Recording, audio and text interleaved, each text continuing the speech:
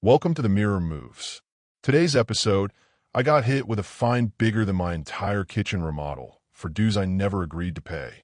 Yes, that's right, dues for a community club I didn't join, hosted by people who think owning a pressure washer qualifies them for government. Have you ever opened your mailbox expecting coupons or maybe a boring utility bill and instead found a financial heart attack in envelope form? Like a jump scare from your accountant? One minute you're reaching for Bed Bath & Beyond offers. Next minute you're hyperventilating into a pizza menu. Because that's exactly what happened to me. It was the equivalent of finding a cobra in your cereal box. I'm Sam. I'm 39 years old. I own my house. I'm making payments actually own. Fully paid off. No mortgage. No bank. Just me, my squirrels, and a mailbox that might be cursed by the HOA demon, or possibly haunted by a retired real estate agent who got bored and picked up dark magic. This whole saga started with a single sheet of paper. One page. Giant bold font.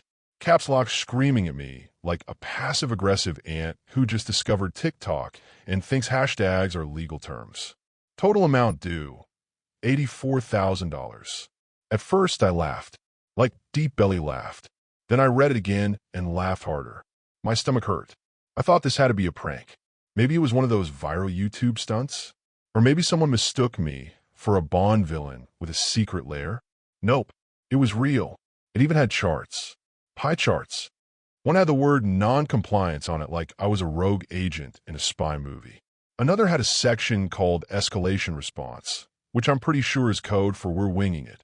Someone spent actual PowerPoint energy crafting my financial doom and color-coded my imaginary sins. Like a passive-aggressive scrapbook of nonsense. They even attached a brochure about the Community Enrichment Fund with a stock photo of a man grilling corn. Like that was supposed to make me feel better about my impending fake bankruptcy. Let's rewind. I bought this place 10 years ago. Cozy, off-gridish, surrounded by trees. No HOA. No gates. No one judging my lawn length like at a crime scene or hosting monthly leaf blower summits.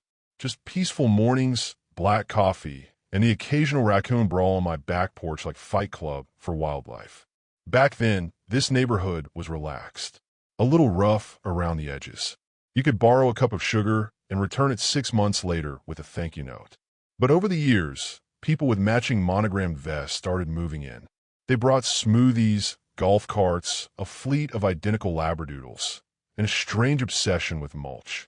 Then one day, I got a notice saying the HOA had expanded, like it was annexing nearby land like a low-stakes empire.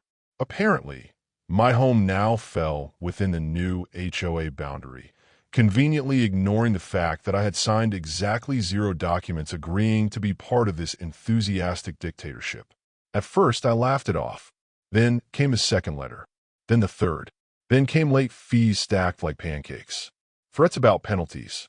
The infamous intent to lien warning printed in a shade of red reserved for sci-fi danger buttons. And then the golden envelope. Not metaphorically golden. Literally gold foil. Like it contained the next Willy Wonka ticket or an invitation to join a secret society of lawn inspectors. Inside, a final notice. Balance due, $84,000. That's a new Tesla. That's 3 weddings and a divorce. That's enough to put a down payment on the moon, with enough left over for space snacks. So I called them. Hi. Yeah, I think you sent me a bill meant for someone who committed war crimes. No, sir. This is accurate. You've accrued fines for unpaid dues. Unpaid dues for what? For your homeowner responsibilities. I'm not in your HOA. Well, sir, that's a bit nuanced. Nuanced? What is this, a poetry reading? Either I'm in or I'm not. They said I had benefited from adjacent community amenities. I said I once tripped over a decorative rock near the walking path. Do I get billed for that too? Maybe I should send them an invoice for emotional distress. Time to lawyer up. Enter Mia. Late 20s. Blazer, so sharp it probably has a kill count. Sarcasm dialed to 11. She took one look at the letter and burst out laughing. Oh, this is adorable. They really tried it. She went full investigative ninja. Zoning maps. Ownership records. The original HOA documents, which looked like they were typed by candlelight on a typewriter that smoked cigars. Then she found the golden clause. My property was explicitly excluded, like not even in the maybe zone. I was on the HOA's do not touch list. Then she delivered the legal mic drop. You can't invoice someone for a club they didn't join. That's not property law. That's a pyramid scheme with newsletters. She drafted a response letter so spicy, I imagine someone at HOA HQ had to read it with oven mitts, probably while sipping chamomile tea for emotional support. 2 weeks later, they offered a settlement. Only $15,000 if I acted promptly. We replied. We counter with $0 and a fruit basket. And that was it. Ghosted. Fines? Disappeared. Yeah? Vaporized. Apology? Don't be silly. But someone did leave a mystery gift basket on my porch with dried fruit, a block of vegan cheese, and a card that said, "Thank you for your patience."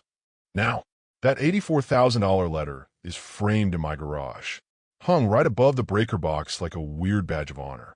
Every time I flip a light switch, I remember the time someone tried to invoice me into submission with Helvetica font and confidence.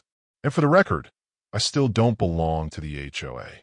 But I do mow my lawn shirtless at 7 a.m. on Saturdays, blaring Dolly Parton just loud enough for the board president to hear over her protein shake blender. Thanks for watching The Mirror Moves. If you've ever been blindsided by an HOA fine or received a letter that made you laugh, cry, and rage text your group chat, smash that like button. Share your own HOA horror stories in the comments. We're talking outrageous, dramatic, and just plain weird. Bonus points if your HOA once fined someone for aggressively festive holiday lights. And remember, you can't be fined into fiction. Your signature matters. Your sanity matters. And sometimes the most powerful weapon is a fruit basket and a good lawyer. Stay sharp, stay free, and stay watching.